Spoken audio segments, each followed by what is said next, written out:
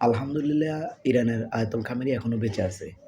আমরা যারা যে সারাদিন নিউজ শুনছি, কিন্তু তিনি মরে নাই, তিনি এখানে বেঁচে আছে। রাত 4টা 20 বাজে যে রাশিয়া একটা গোয়েন্দা সংস্থা তাকে 2 ঘন্টা আগে ইসরায়েলি হামলা থেকে বাঁচিয়ে নিয়েছে।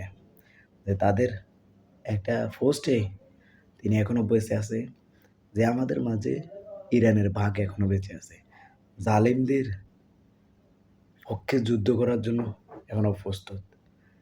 যে আমরা আজ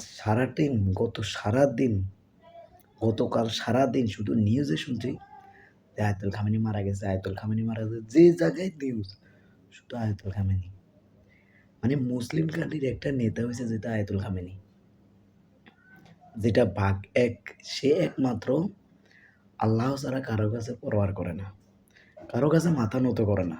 এই আয়াতুল খামেনি, এই যে একবার যুক্তরাষ্ট্র বলতে তাকে ছাড়া এই ইরান চলবে না।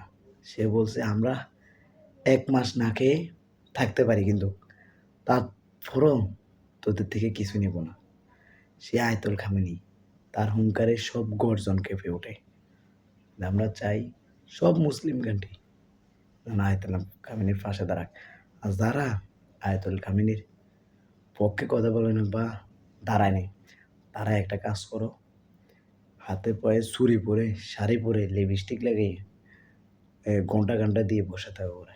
এখন রমজান মাস চলতেছে, ঘর থেকে বের হওয়ার দরকার নেই, আর কোনো আওয়াজ তোলার দরকার নেই, বয়ে থাকো। যেহেতু মুসলিম কান্ট্রি আছো, শুধু ইরান ছাড়া। আর আমাদের বাংলাদেশে যারা আছো শাহবাগীরা, যার যেটা দরকার সেটা নিয়ে আন্দোলন শুরু করে দাও শাহবাগে।